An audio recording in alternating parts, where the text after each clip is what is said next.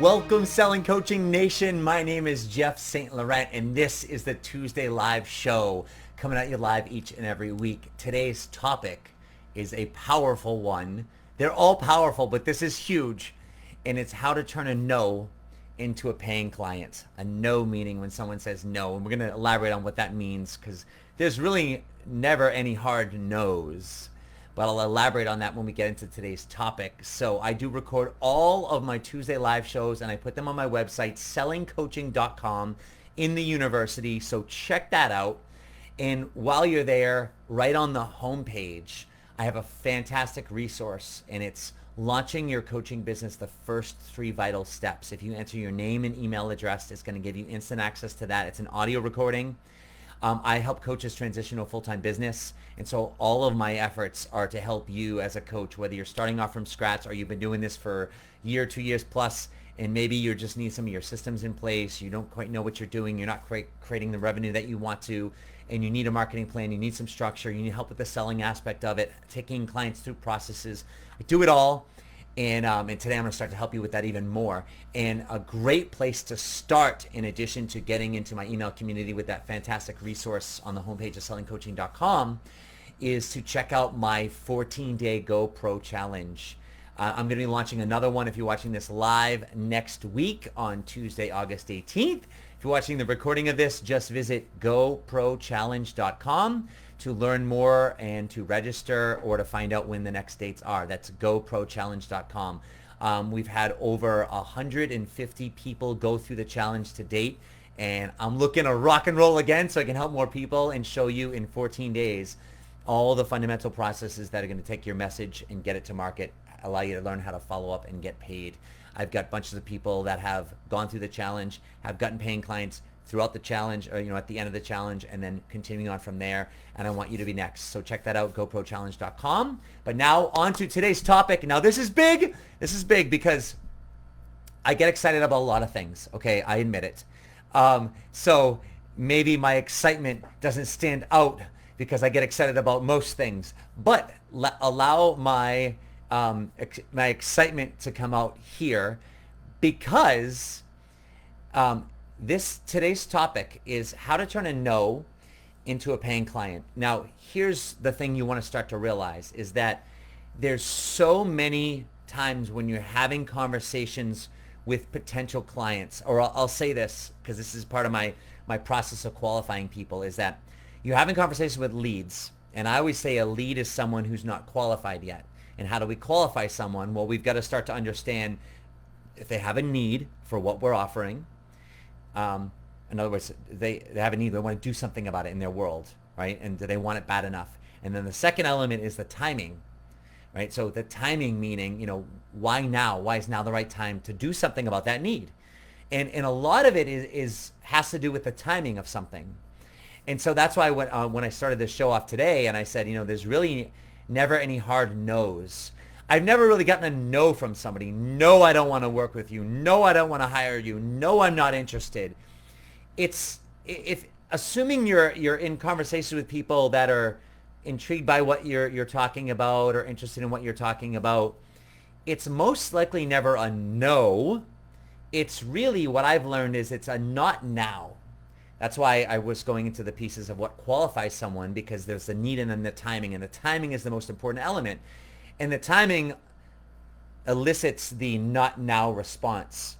And sometimes people will say not now, but that's our way of taking leads and then qualifying them to understand if they become a potential client or not. And now a potential client, they'd be qualified, meaning they have a need, the timing is now, and they're also open to considering hiring you as a coach, or they're open to taking a closer look at how you could help them if they were to hire you.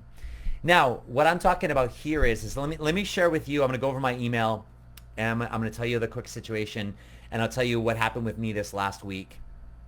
And then I'll kind of relate this to you and some of the things I want to share with you and how you can start to do this more for yourself, because I do this all the time. And let me share with it first, and I'll share back to when I wasn't doing it all the time, when I was clueless, and how I evolve that, because this is what I do with all my mentor coaching clients, my group clients, my one-on-one. Like, this is what I'm aiming to do with them, is I'm aiming to set them up with structures and systems so they know what they're doing first of all, so they're creating conversations so that they run into these situations on a regular basis. I run into these situations that I'm going to share with you right now on a regular basis because I'm having conversations on a regular basis. And so when you're doing that, you're going to come into these situations more, and that's when this is going to be most helpful for you. So I might, if you came in from the beginning of the show, I talk about my 14-day GoPro challenge, GoProChallenge.com if you want to check it out. And I just finished a 14-day challenge a couple weeks ago. And at the end, I'm basically saying, hey, if you're in a position where you need some help, I can help you, right? And I offer a group program. I do some one-on-one. And, from there, I create conversations. And these people are, I would say they're pretty well qualified potential clients. Or how about this? They're still all potential leads because I know they have a strong need. But they become potential clients when the timing is right. And I don't know if the timing's right for all of them. However, I have conversations with them. So I followed up with someone in particular. I'm not going to do any names or anything like that, right? And I said, I know you're still, we finished up the challenge. I wanted to follow up with you personally. And I do this with everybody. And as much as I have a cut and paste email, I always like to take a line or two and make it personal to that person, And so whatever, I followed up with them and I just said, hey, listen, I wanted to find out if you're in a position where you're considering how I can help you. And I'd love to create a conversation with you to see if the timing might be right for maybe my one-on-one or some of my group work.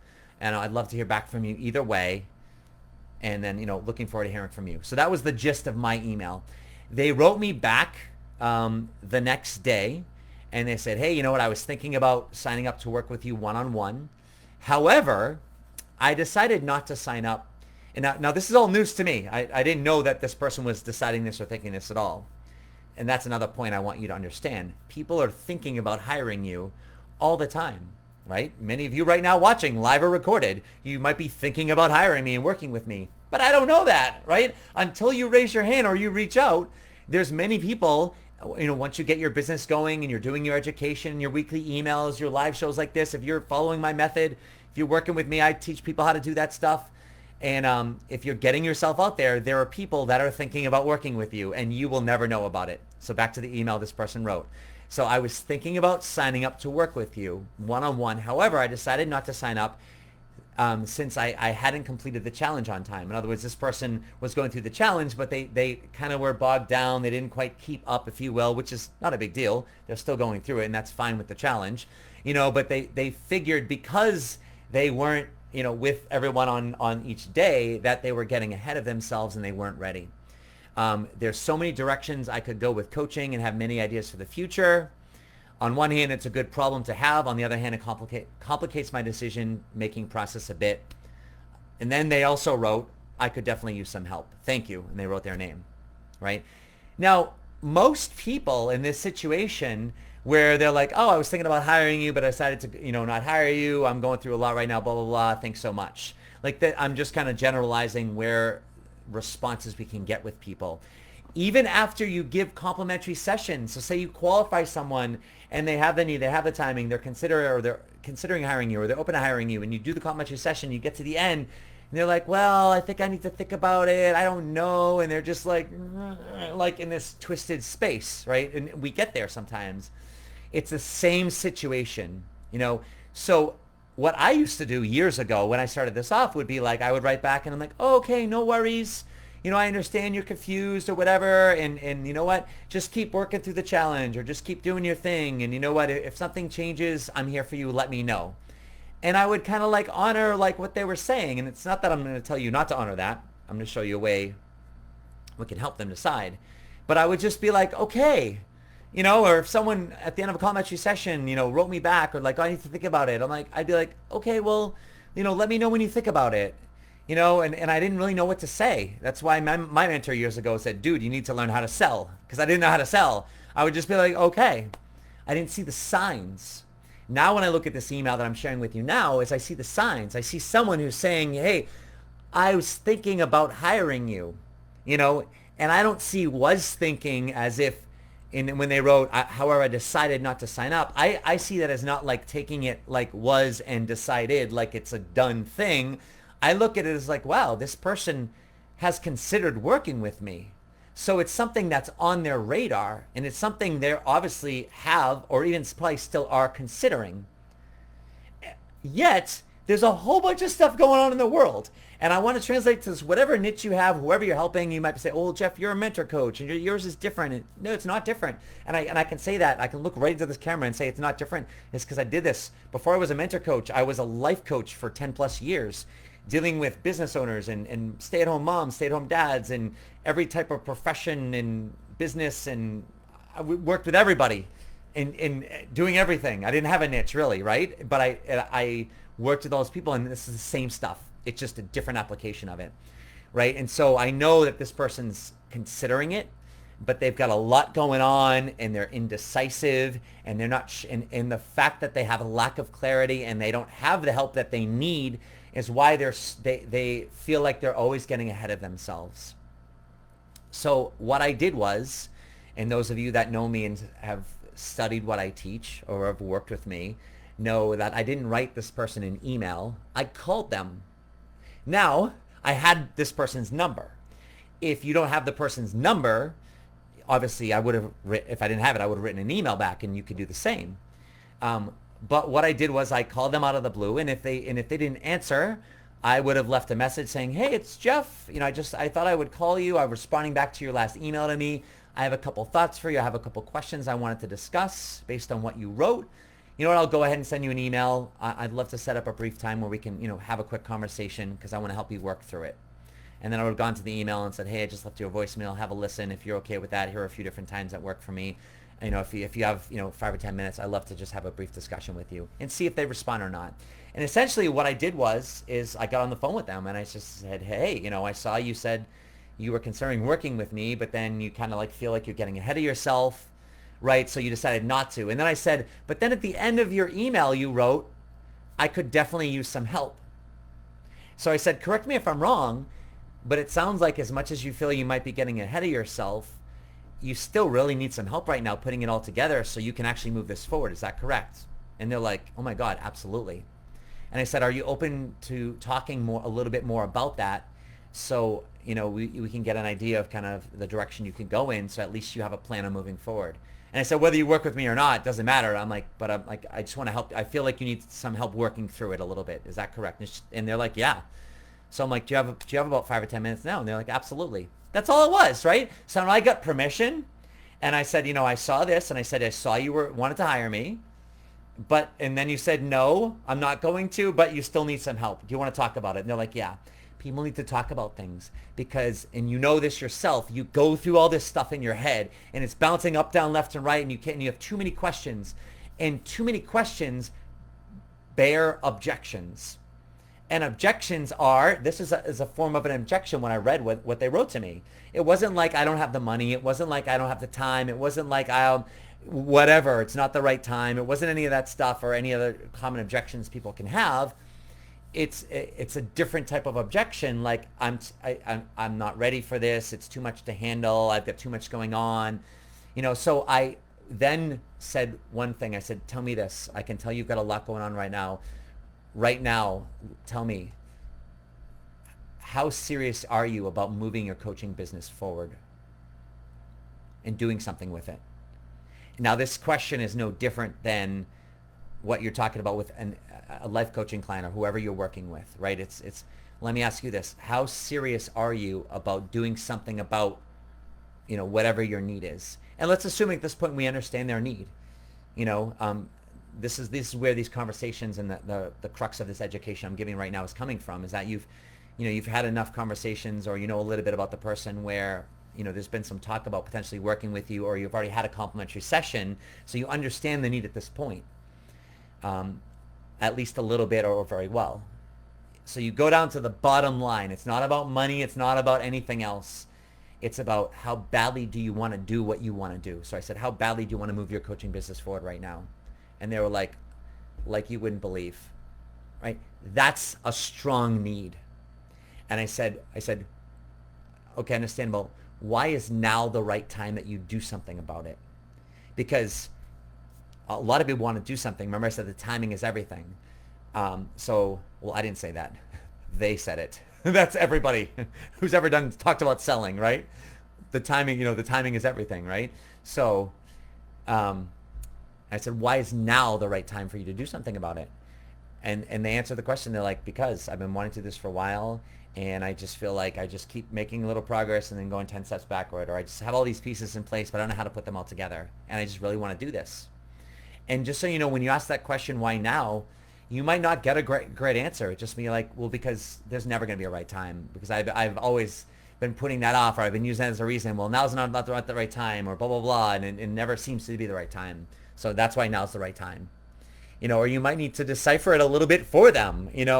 You might need to be able to say, like, why is now the right time that you do something about this? And they go into this little story about blah, blah, blah, and be a coach and listen and understand, like, what are they really saying? And you say, so it sounds, and if it's not the right time, you got to listen for that. Don't manufacture it when you listen to it. But like, wow, it sounds like now's the right time because blah, blah, blah, blah. That's being a coach. Say it back to them. And now they're like, oh my God, absolutely. And so now you get to that point where you have the need and the timing is right for them to do something about it. And you say, with that being said, and that's what I said to this person. I said, so listen, it sounds like you really want to do something with your business. It sounds like you said, the timing is right now. And also you're considering working with me. Is that still something you're thinking about? Is that still something you're considering? And they're like, absolutely. I just didn't know, like, if I was getting too far ahead of myself. And that's why after listening to that person, now listen to what I'm going to say now. I knew at this point I had to help them decide. Now, helping someone decide versus making them decide, pressuring them to decide, or pushing them to decide is very different. Right? Pressuring them to decide and things like that is just like, well, if you hire me today, normally I charge this. Normally I charge $20,000, and today you get it for $2,000. Like some stupid sales tactic that people use. Oh, I hate that. I want to punch everybody that does that. Anyways, it works. I'm not going to say it doesn't work for some people, but I don't like it because it's pressure inducing and it's gay. It's dumb. Sorry about that word. Gay's not bad. All right? I don't want to upset anybody. So the point is that we don't want to use any of those tactics. We want to help them decide. So what I'm saying is that in order to help someone decide, you want to get to that spot of just saying, are you still considering this? Are you still open to it?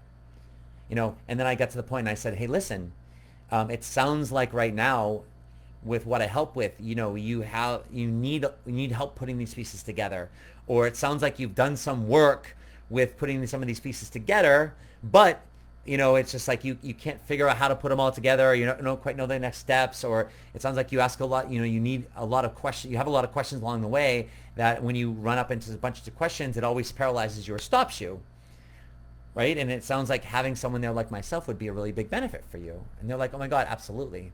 So I said, with that being said, would you be open to talking more about what I offer? And they're like, absolutely. And then I determined whether, it was the one-on-one or the group. It turned out to be, the group. And then we spoke about it from there. And next thing you know, and I honestly forget how long this call was, but it was no more than 30 minutes. And at the end of that call, they paid in full to do my group program. And my message to this here is to share kind of like the path along the way is the simple fact that people need help deciding.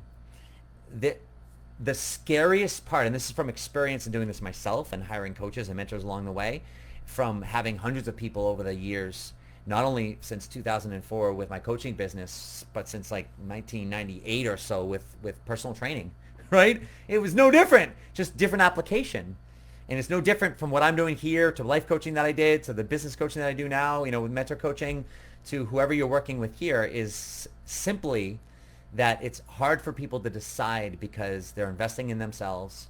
And it's never about the money. It's about, by them actually hiring you, no matter what it costs, is them putting their money where their mouth is, so to speak. And now saying, you know what, I've got to do something about this. When you spend or you invest whatever you're asking, a couple $1,000s, let's say, you know, to do something about X in your life, you're serious. You're not just joking around or goofing around anymore. Like, you are freaking serious. Whether you have the money kicking around or you don't. It doesn't matter like, oh, I've got a lot of money or I don't have any money. It doesn't matter where someone is financially. The threshold of value for them to work with you and to take that money and invest it in themselves, not to get help to do something, is so big. And they've got to want it. Number one, that's the need, and that the timing has to be right for them to do it. And if those situations aren't present, then there's no premise for value. And if there's no premise for value, it doesn't matter how much or little you charge, it's going to be too much for them. But when there's value there, whatever you end up charging, unless it's stupidly ridiculous, which I know it's not, I know what you're charging is not ridiculous. I worked with enough coaches, and I pretty much every single one of them, like, you could charge a little bit more. You could charge a little bit more. When I started off, I could have charged a little bit more. You know, I could charge a little bit more right now. I know I could, right? But I have that balance of where I'm at and what's competitive and also what's fair and what I feel a great value is for people as well, right? So we all could charge more. It's never about that. It's about the premise of value where that person is. And people need help deciding. And I'm showing that big dilemma for you that they have, is that when people see it and it's very clear and they see how you can help them through that experience of the qualification process and the complimentary session, they're ready to go. They're ready to hire you. And if finances are a barrier to it, trust me, I've worked with so many people. I'm working with people right now that, you know, their finances, they can't afford it technically. But I always go back to, how badly do you want this, and how badly do you believe the timing is right, and how badly do you believe I'm the person to help you? And if that's the case, let's figure something out. And I work it out with them. And that's where you got to get to with people, is you got to take away all those circumstances of the reasons why they think that they're not able to move forward, or they can't do it, or all their limiting beliefs inside of the head, or the things that they're telling themselves, and put those aside and go back to, remember I said the fundamental question is how badly do you want this, and why is now the right timing, you know, for you to do, what time for you to do this, and how open are you, or how seriously are you considering working with me? And if that's the case, then let's talk about, you know, are you open to talking about what it would look like to move forward? And that's where we got to get people. And always show people, like when I have these conversations with people, I'm always in this position of saying, hey, listen, you know, if for whatever reason you don't want this, please let me know. And I'm happy, you know, to wish you the best and let you go. You know, and I always say, like, during the way, you know, like, hey, listen, you know, obviously I'm not here to pressure you about anything. I'm just here to have an open conversation with you, or a relaxed conversation with you. That's what this is all about. So hopefully this has been helpful for you in starting to outline, so you can start to see where you can go with this, and recognize that it's never a no. It's either a not now, or I need to have a conversation to help understand where this person is, so you can get a yes or a no. And if it's a no, maybe they're not now. So when can we follow up and go from there?